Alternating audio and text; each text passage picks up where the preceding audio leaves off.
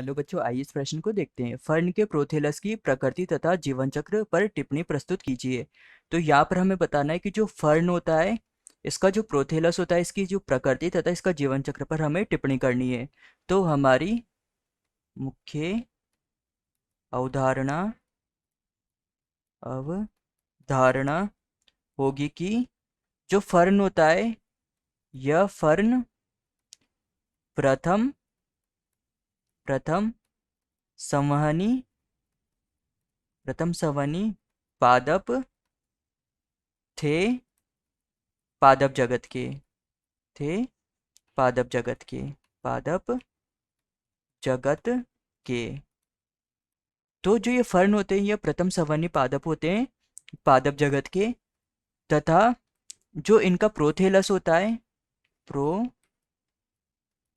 होता है, यह प्रोथेलस में हमें हरित लवक मिलता है।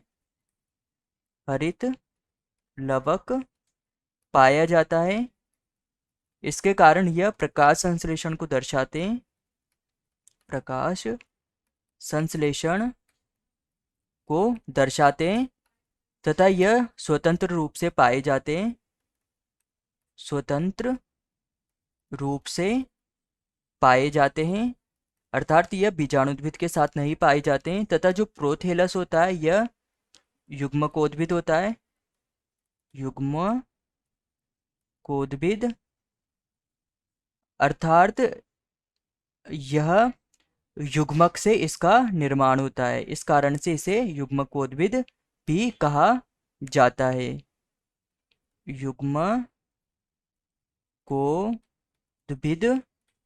युग्मकोद्भिद यह होता है। इस कारण से युग्मकोद्भिद होने के कारण से यह अगुणित होता है। अगुणित होता है। इस प्रकार से यह जो प्रोथेलस होती है, इसकी प्रकृति होती है। वहीं अगर हम इसके जो जीवन चक्र की बात करें, तो जो फर्न होती है, इस फर्न में पीढ़ी एकांतरण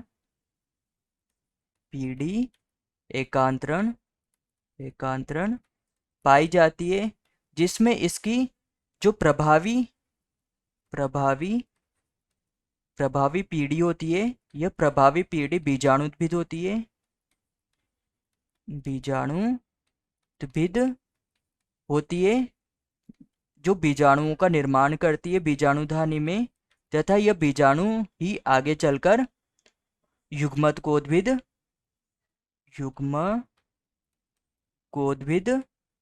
का निर्माण करते हैं।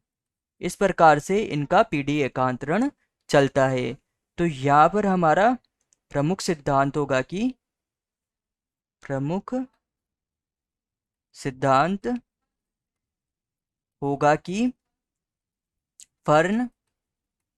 फर्न पादप जगत के सरीसृप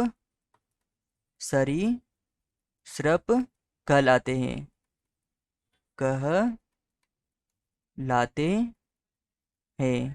आशा है कि आप इसे अच्छी तरह समझ गए होंगे। धन्यवाद।